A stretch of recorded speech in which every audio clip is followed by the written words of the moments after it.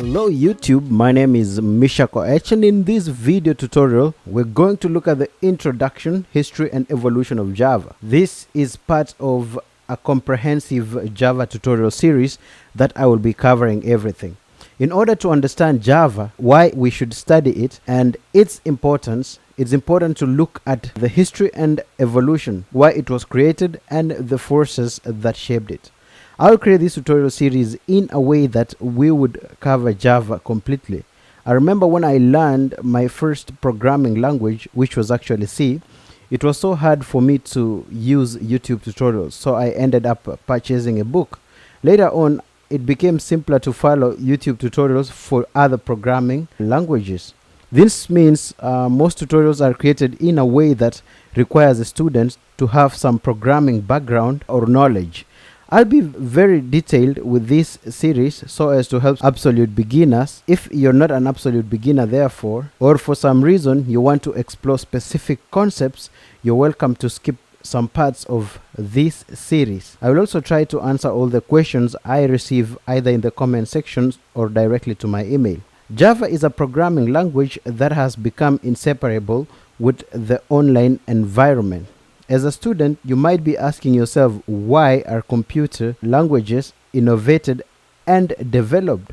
Programming languages are created for two main reasons. One is to adapt to a changing environment, and two, to implement refinements and improvements in the art of programming. Had innovations and developments of new languages not occurred, we would probably still be stuck right now to flip-flops, the logic circuits, and the machine language and other languages that were specific to specific CPU or processors. Alright, so creation of Java was inspired by both reasons I just mentioned. That was to adapt to changing environment and to implement refinements and improvements in the art of programming. The next thing we're going to look at is Java's ancestry and the relationship to C and C++ programming language.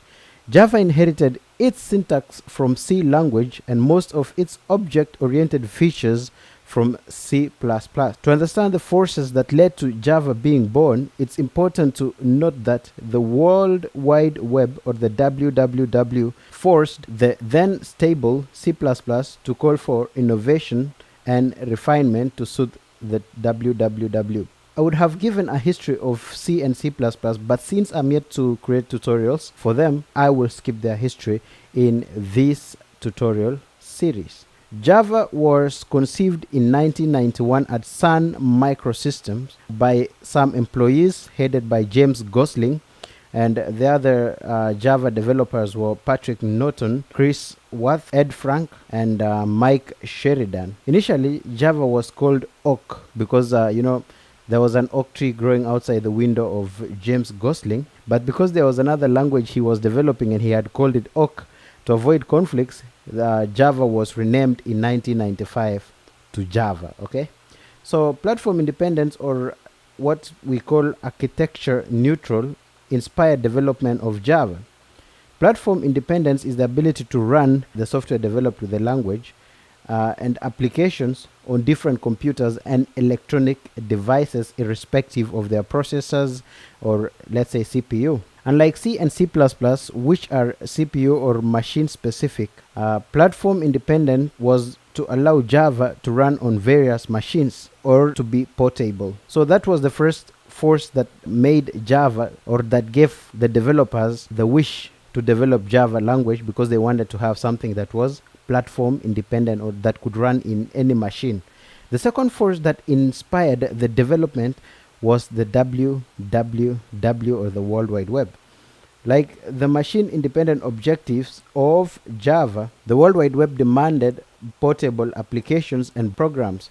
So because the languages that were there were specific to CPU and needed interpreters or compilers specific to those CPUs, Java had to be developed so that applications running on the World Wide Web would be, independent or portable. So the third force was to allow or create a program suitable for the computing camps that were available at that time. There was Intel, there was Macintosh, and there was Unix. Those camps could not interconnect, so programmers were limited to working in specific camp. Therefore, Java was supposed to allow development of programs that can run irrespective of the camp that the computer came from. For example, with Java, it was possible to now run same program in Intel, in Macintosh, and in Unix systems. Although Java derives much of its characters from C and C++, Java has practical and philosophical differences that make it different from C and C++ and disqualifies it from being called the internet version of C++,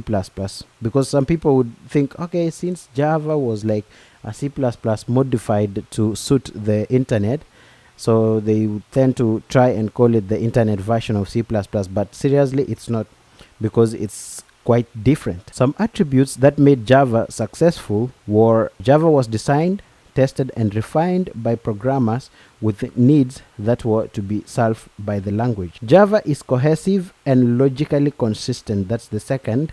And the third attribute is Java gives the programmer full control except for constraints brought about by the internet. Having looked at the three forces that fueled development of Java and the attributes that made it successful, it can be concluded that Java was a perfect response to the newly emerging, highly distributed computing universe. In this video, we looked at the introduction, history, and evolution of Java, and looked at factors that made Java language a successful creation. In the next video, we will be looking at factors that played an important role in molding the final form of the Java language, portability and security being the two main factors. Thank you for watching this video, and don't forget to watch the next. Like, subscribe, and comment, because I said earlier I'll be answering all the questions that you ask in the comment section. I hope to see you in the next video. Goodbye.